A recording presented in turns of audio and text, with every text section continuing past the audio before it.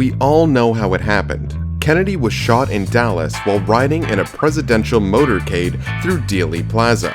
This happened on November 22, 1963 at 12:30.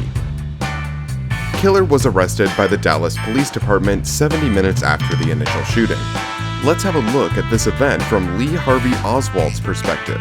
What was happening and what he did before and after he killed the president. 12:32 p.m. Lee Harvey Oswald is stopped and then released by a Dallas policeman in the second-floor lunchroom of the Texas School Book Depository. 12:33 p.m. Lee Harvey Oswald heads down the stairwell and leaves the Texas School Book Depository building, traveling east.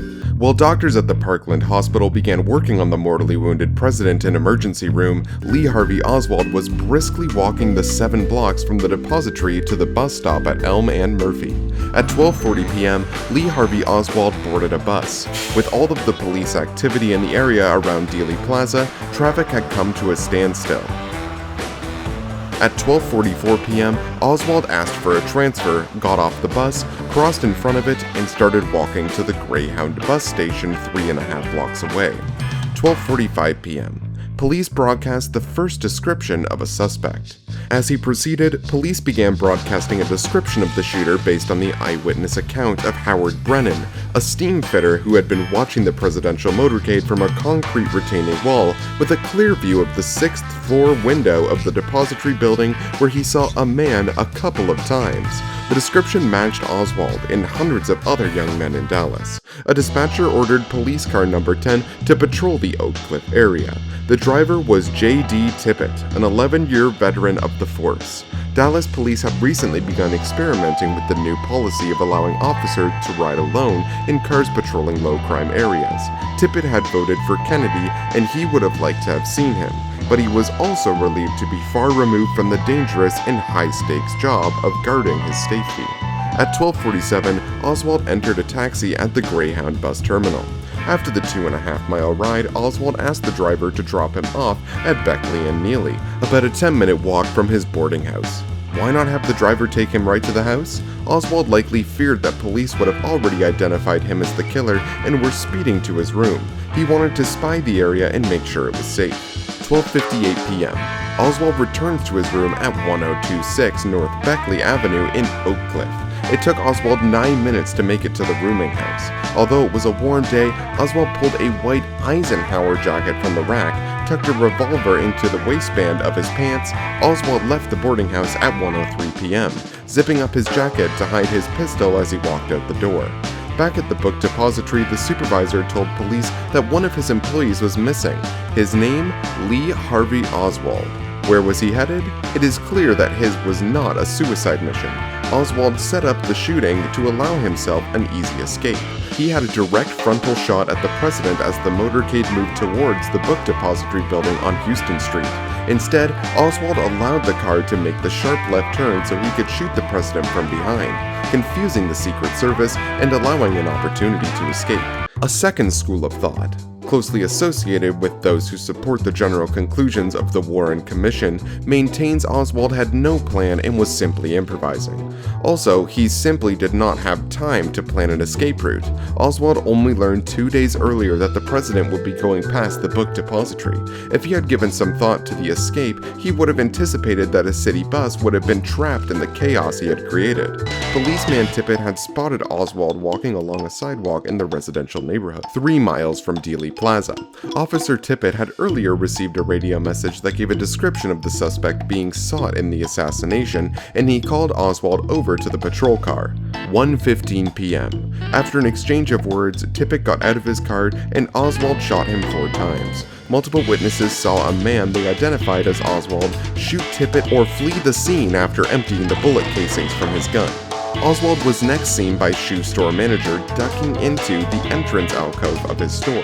Suspicious of this activity, Brewer watched Oswald continue up the street and slip into the nearby Texas Theater without paying. Brewer alerted the theater's ticket clerk, who telephoned the police at about 1:40 p.m.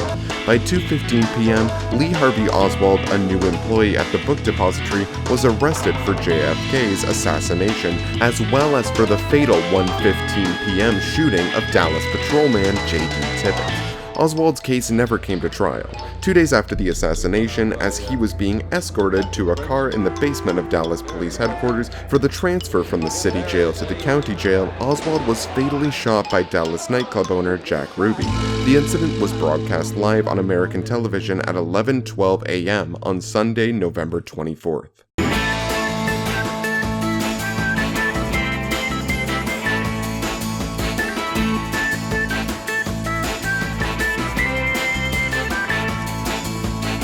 When someone came up and knocked on the door of the bus, although this is no bus stop here, knocked on the door of the bus, and I opened the door, and a man got on the bus and paid his fare.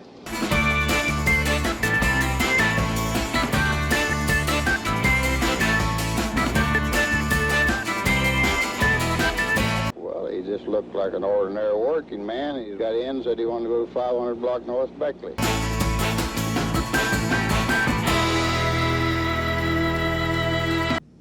It must have been after 1 o'clock. He come in and he wasn't running, he was just in a fast walk. I just said, "Are you sure in a hurry?" And he didn't answer me and didn't say nothing. When he went out walking fast the same way, and I was still listening there about broadcasting about President Kenedy.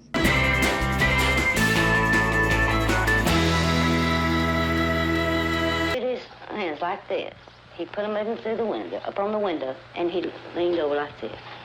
For me, I didn't pay no attention because I was, tall, friendly. And the policeman got to the front wheel on the driver's side, and this man shot him in the wink of your eyes. Just bang, bang, bang.